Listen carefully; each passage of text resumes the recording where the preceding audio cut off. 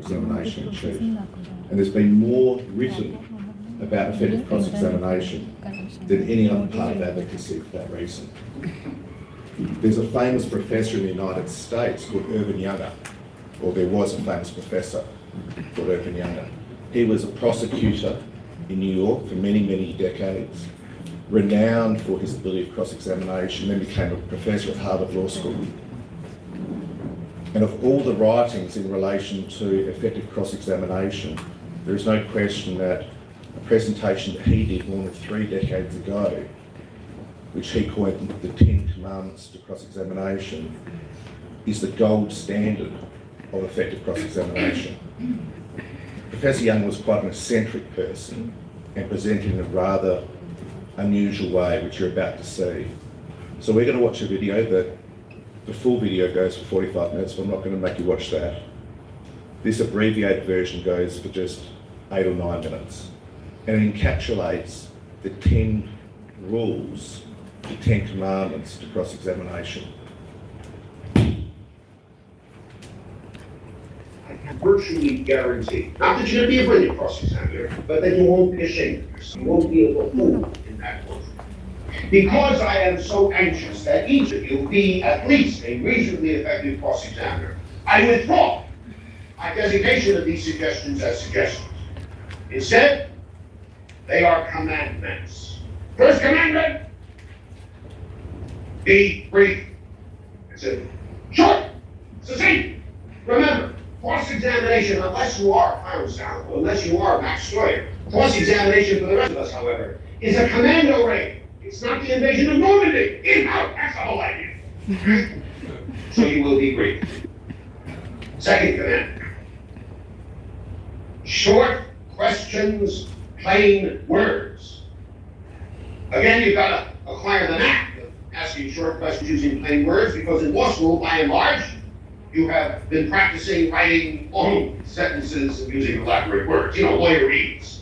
I don't know why it is that it is a custom among lawyers to speak and write this peculiar dialect of English that is known to nobody else except lawyers. So you use short questions, plain words. Third commandment. On cross-examination, you will never, never, never ask anything but a leading question. You put words in the witness's mouth. That's the whole idea of cross-examination. That's how you control the witness. That's how you make it go where you want it to go. How often have I been sitting there in court when a lawyer on cross-examination stands up and says to a witness, "What happened next?" "Oh, no, no!" That's like saying to the witness, "Make a speech. Tell us anything you want." Only leading questions on cross, which brings us to the fourth. You will, on cross-examination, ask only questions to which you already know the answer. I will permit you to ask a question to which you don't know the answer if you don't care what the answer is. But be awfully sure that you don't care what the answer is. Fifth commandment. The fifth commandment, ladies and gentlemen, is listen to the witness's answer. And I want to illustrate that commandment with a story. Each senator had whatever it was, 10 minutes to ask questions of the witness, and then it went to the next senator. Well, I realized very early in the game that the thing to do was always watch Senator Kearney, because he was the camera on the fellow sitting to his right. The rest of the nation was watching that fellow, but I was watching Kearney, because he spent the whole 10 minutes getting ready. He gave himself facial, he got the skin muscles nice and tight, combed his hair a little bit, and he made gestures to the television director to be sure that the profile was just right. And finally, the little red light went on, and Senator Kearney was on camera in front of the nation. Mr. Witness, when you entered the Oval Office, what did you see? And the answer would come something like this. Well, Mr. Senator, I walked into the Oval Office, and there was the president, naked as a baboon, prancing around on all fours with the gemstone file in his mouth. Senator, and when did you next see the president? Well, that's not listening to the answer. And every once in a while, in a real trial, you will get an answer like that one. For God's sakes, be ready for it. Do something with it. You will be ready for it. You will be able to do something with it if you have complied with the fifth commandment. Listen to the answer. Sixth Amendment. Don't quarrel with the witness. When you ask your question and you get your answer and the answer is inconsistent with the rest of the evidence, contrary to the laws of the universe, patently impossible, what do? Sit down. That's the time to stop.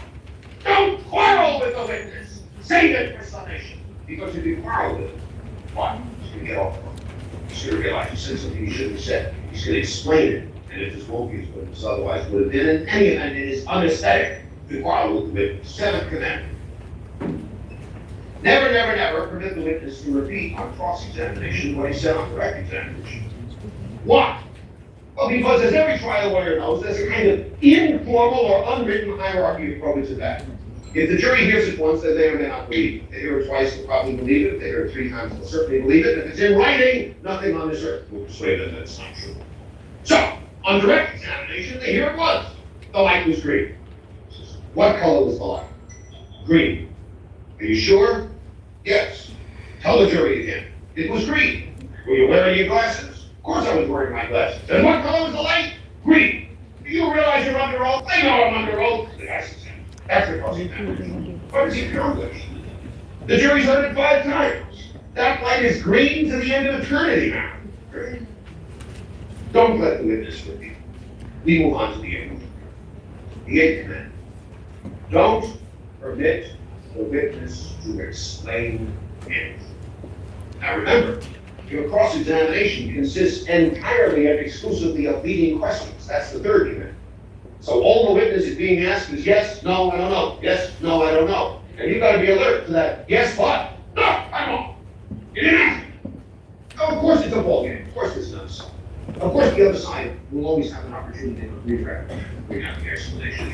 You play your side and let their side. Comes out on redirect as the smack them out. Persuasive. And maybe the other side won't bring it out because they don't know what the explanation is. They're assuming switch or something about that thing happens. And maybe the judge will interrupt and say, let him explain. Well, if the judge interrupts, there's not much you can do about it. But still, you play it the way you should play it. You conduct your cross-examination the right way, which is not permitting the witness to explain. 9th commandment, avoid one question too many. So easy to say. Don't ask one question too many, but it's so hard to do. Okay? Because you always recognize one question too many after you've asked it. Okay? Always, always. You ask it, you don't come back, but it's too late. It's out here. And instantly it becomes the one question too many. The only way or the only thing that might help you is, remember, you ask questions only to get what you need to support the summation. And the instant you're within hailing distance of having what you need, sit down, stop. Don't push it to the line, and certainly don't go over the line. The apocryphal story, which in one form or another comes down to generations. The prosecution's case rests chiefly upon the testimony of an eyewitness, who takes the stand and on direct examination says, I saw the defendant bite up the victim's nose, I saw the defendant bite up the victim's nose, do something. Okay, the defense counsel stands up to cross-examine. And he does it for every time, up until the end, when he asks one question. Just, where were they fighting? Little Bethlehem. What time of day or night was it? And where were you? I was on the edge of the field. What were you doing? Bird watching. Excuse me? Bird watching. Oh, you were looking at birds. Yeah. The birds were in the trees, weren't they? Yes. So you were looking at the birds in the trees. Right. And your back was to the field where these people were fighting. Isn't that right? Yes. When is the first time you knew that something was wrong? When I heard the victims scream. What are you doing? Sit down! Very hard. No perception! His back was to the people fighting. He doesn't know what happened.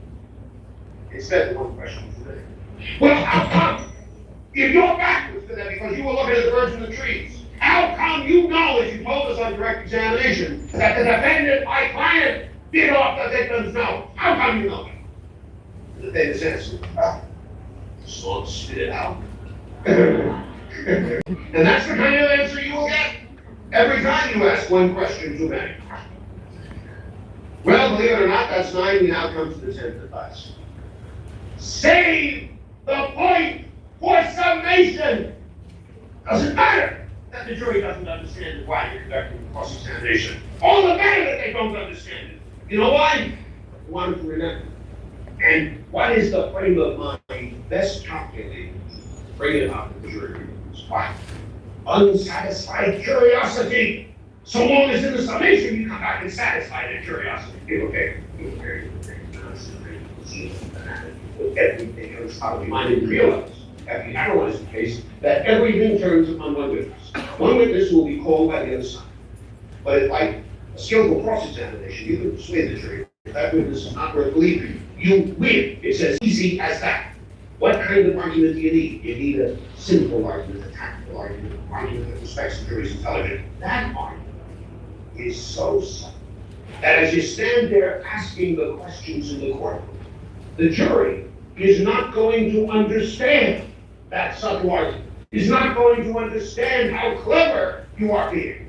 And the temptation will be to extend the cross-examination so that the jury then and there understands what a bright boy and girl you are. Don't do it! Remember the 10th commandment. Save the point for summation! Now, if I could present like him, I'll be as famous as he is as well, but I'm certainly not. There's actually one more commandment that he doesn't mention. Who knows what it is? What's the 11th commandment? Who wants to have a crack? What about one of my esteemed colleagues from Adelaide? What's the 11th commandment? Don't argue with the judge. Well, I guess that's not really. What's the very first thing you must do before you start cross-examination? Work out whether you need to cross-examine at all. Whether you need to cross-examine the witness at all. The hardest job for a barrister is not to get up. The hardest job for a barrister is to work out that witness actually didn't do me that much damage. The risks that I will be exposed to if I try to cross-examine this witness are too great. Therefore, I'm not going to ask any questions. Predict the answers of the questions you intend to ask. That way you will know whether the answers will be damaging to your case or not. So that means Before starting the cross-examination, predict the answers to the question you intend to ask to the witness. That way you will know whether the answers will be damaging to your case or not. yeah, and Professor Young has spoke about the fact that in cross-examination, we never ask a question that we don't know the answers to. Now, what we're going to do now is to hopefully present for you an entertaining segment, which we haven't rehearsed, so it could go terribly and horribly wrong. Or it could be quite funny, I really don't know. But let me provide you some background. We're going to do part of the trial for you. It's going to be a criminal trial.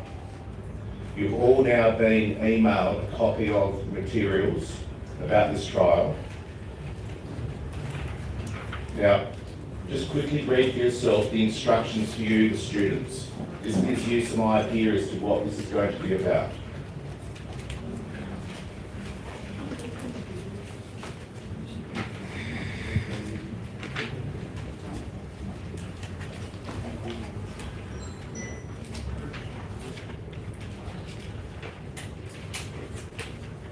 So as you will see, there'll be two witnesses called during our mock trial exercise. Lauren is going to be the prosecutor. I'm going to be counsel for the defence.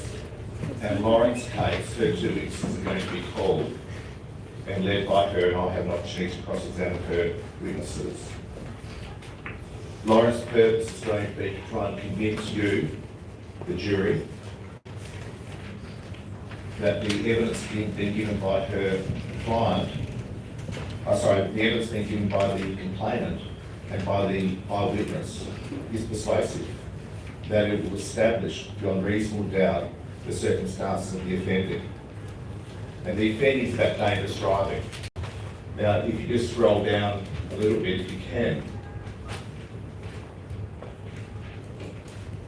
it's not particularly relevant, but it gives you an idea that this is the provision of a South Australian piece of legislation about reckless and dangerous driving. Now, I have to say what I've experienced in the last 3 days in Mumbai, it would be a difficult exercise for many judges, many juries to form a view as their life flashes before their eyes, like mine have on many occasions in the last 3 days. But what you will see in relation to offending, if you just scroll up a little bit more, that in considering the offence and whether it, just scroll back down, a little bit down. Oh, wow. Down, go the other way. Sorry, go up, that's only down. Yep, look, super. To the legislation, Terry. Keep going. Moving on. To number 2, Harry. Yep, so you'll see then in determining whether an offence has been committed, and this is going to be relevant to the problem we're about to have. There's factors that the court needs to take into account. Now, A and B would be particularly relevant for Mumbai in terms of working out whether there has been an offence committed. And certainly A is going to be relevant to the problem you're about to hear.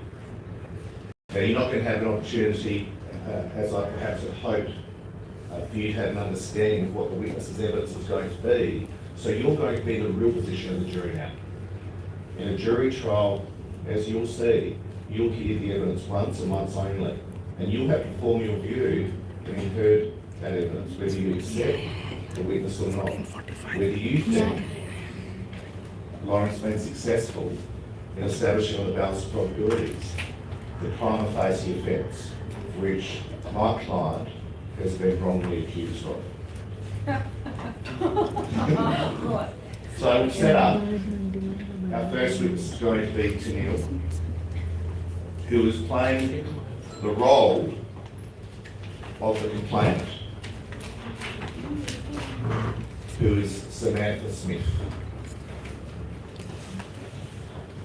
Now, to give you some perspective here, because we've used this problem before, we haven't made this problem up specific for this trip.